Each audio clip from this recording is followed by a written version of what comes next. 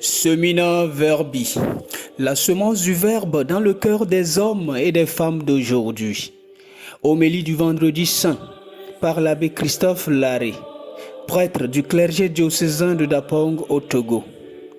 Méditation de la passion du Seigneur Jésus-Christ. La première lecture est tirée du livre du prophète Isaïe au chapitre 52, verset 13 au chapitre 53, verset 12. Le psaume 30. La deuxième lecture est de l'épître aux Hébreux au chapitre 4, verset 14 à 16 et le chapitre 5, verset 7 à 9. L'évangile est de Saint Jean au chapitre 18, verset 1 au chapitre 19, verset 42. Mon serviteur réussira, dit le Seigneur. Il montera, il s'élèvera, il sera exalté. La multitude avait été consternée en le voyant, car il était si défiguré qu'il ne ressemblait plus à un homme. Il n'avait plus l'apparence d'un fils d'homme. Isaïe 52, verset 13. Bien-aimés du Seigneur, en ce deuxième jour du Triduum pascal, jour de l'agonie de notre Seigneur Jésus-Christ, les textes liturgiques, quand bien même tragiques, nous rassurent déjà des Alléluia qui retentiront à Pâques. Dans la première lecture, le prophète Isaïe expose, dès la première phrase, le résultat positif du mystère du salut, à savoir « Mon serviteur réussira », dit le Seigneur. Il montera, il s'élèvera, il sera exalté. Fin de citation. Mystère du calvaire, scandale de la croix, ce n'est que le passage vers la résurrection. Abandonné par les hommes qui n'ont que dégoût pour lui, abandonné même par ses amis, ceux-là qui étaient tout le temps avec lui, Jésus se soumet pourtant à la volonté du Père et se remet entre ses mains comme l'indique le psaume de ce jour. Homme des douleurs, ayant perdu toute l'attirance humaine, Jésus ne perd pas cependant sa majesté royale. Il a choisi librement de porter cette souffrance afin de montrer à l'homme son amour total pour lui. Ainsi donc, la croix n'est pas une honte, une ignominie, mais un chemin vers l'heure de la victoire de Dieu sur la mort et le péché. Devant une telle acceptation de la souffrance par le Fils de Dieu lui-même, il est clair que Dieu a voulu vivre la condition humaine de la manière extrême qui s'exprime dans la souffrance humaine.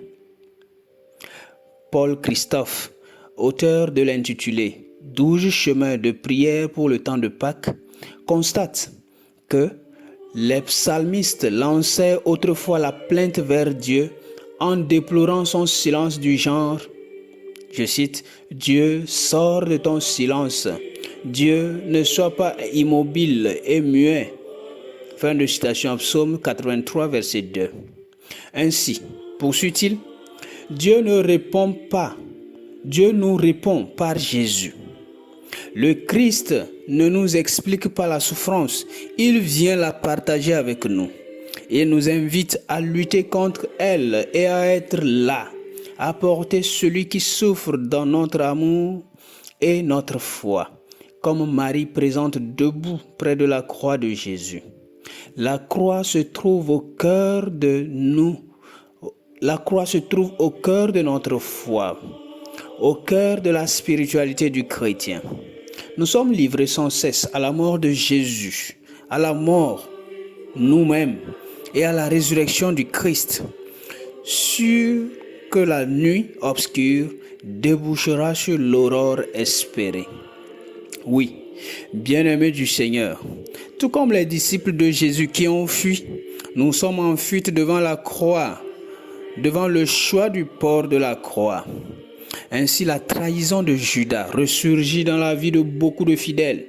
Le reniement de Pierre dans les agissements de tant de personnes responsables et la présence de Jean jusqu'au pied de la croix se fait rare à cause de la tiédeur dans l'engagement de la multitude des disciples. Si les vrais amis de Jésus commencent par fuir, par le reniement et par la trahison, il n'y a pas de doute que des inconnus en quête de promotion sociale comme Ponce Pilate se déclarent innocents au lieu d'innocenter le vrai innocent. Pilate est coupable. Pilate n'est donc pas innocent. Pilate est coupable de laisser libre cours à l'injustice, coupable de se laisser influencer par les chantres de la cour royale dont l'objectif est de flatter l'ego du roi. Pilate n'est donc pas innocent. Pilate n'est pas innocent. Dans notre méditation sur la passion du Seigneur, nous nous orientons sur l'affaire Pilate afin de réveiller la conscience des Pilates d'aujourd'hui. Beaucoup de Pilates dans notre monde. Qui sont-ils ces Pilates? Ce sont les gens qui courent derrière les promotions sociales et sont capables de tuer le juste. Ce sont les gens qui font souffrir les autres par leur silence coupable. Ce sont des gens qui ont la possibilité de relâcher les innocents de nos prisons, mais qui restent indifférents. Ce sont les gens qui peuvent transformer en bien la vie des autres, mais ne le font pas, juste par égoïsme. La liste peut continuer pour ces catégories de Pilates. Bien-aimés du Seigneur, la passion de notre Seigneur Jésus-Christ doit stimuler nos cœurs à la vraie charité qui consiste à ne pas être complices du malheur de nos frères et sœurs. Demandons cette grâce en nous unissant à la mort du Christ afin d'obtenir son cœur de ressuscité. Amen.